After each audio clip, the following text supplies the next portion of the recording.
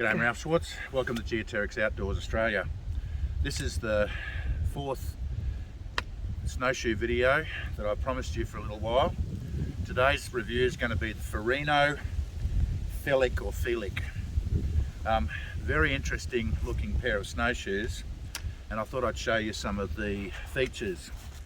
See this little nut and bolt arrangement here? That actually came off, and when I went to do the video last week or the week before, couldn't do it because I only had one pair that was actually functional. We fixed that now with the help of Alex, thank you, and we now have the Felik to do a review on. Interesting little design here. Unlike the regular square end or even the pointed end of the TSL 325, the Felik has this two-piece bottom here with these little, I don't know what you call this sort of arrangement here, but it's very interesting.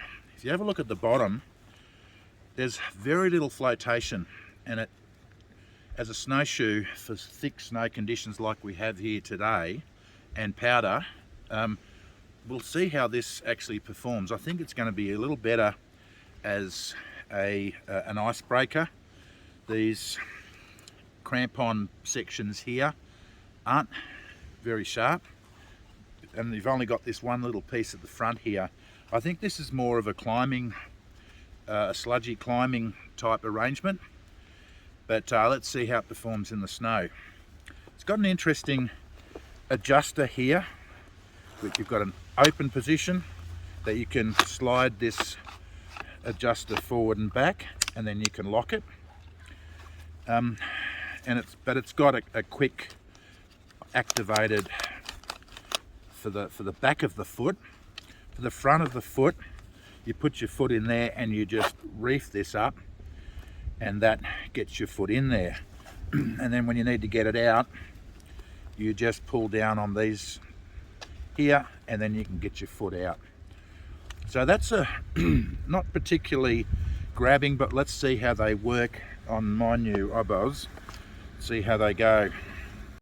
They've got a riser which clips down, and the metal bar goes against the plastic, and that also acts as a way to somehow lock them in place. Okay, it's a two-part riser. You can either go a little bit, or it clicks down and you can go a little higher. I thought initially that this may be a locking, or it is a locking mechanism. That actually mechanism also locks this in so you don't get the rise of a typical snowshoe. All right, let's get it in the snow. Well, let's get it on, get it in the snow and see how we go.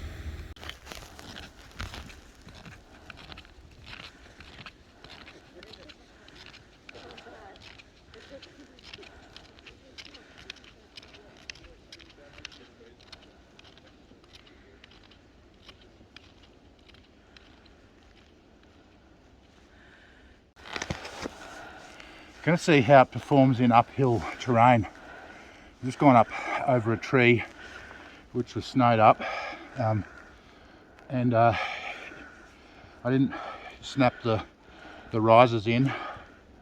So far I haven't had to use them, so let's just see how it performs uphill.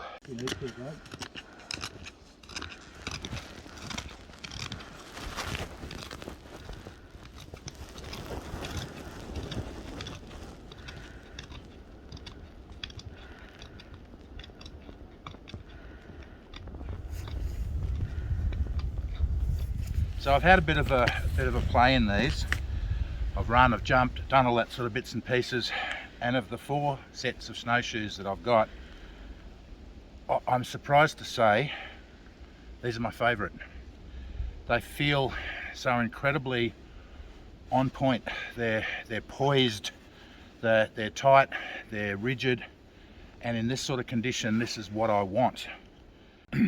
So what I'm getting with these, despite how little surface area there is, I'm getting a lot of flotation, and I'm not quite sure why. They shouldn't be giving me this much flotation in this type of powder snow, but they are. They're working well. So I'm going to give them a score. I'm going to rate them at 4.5 out of 5.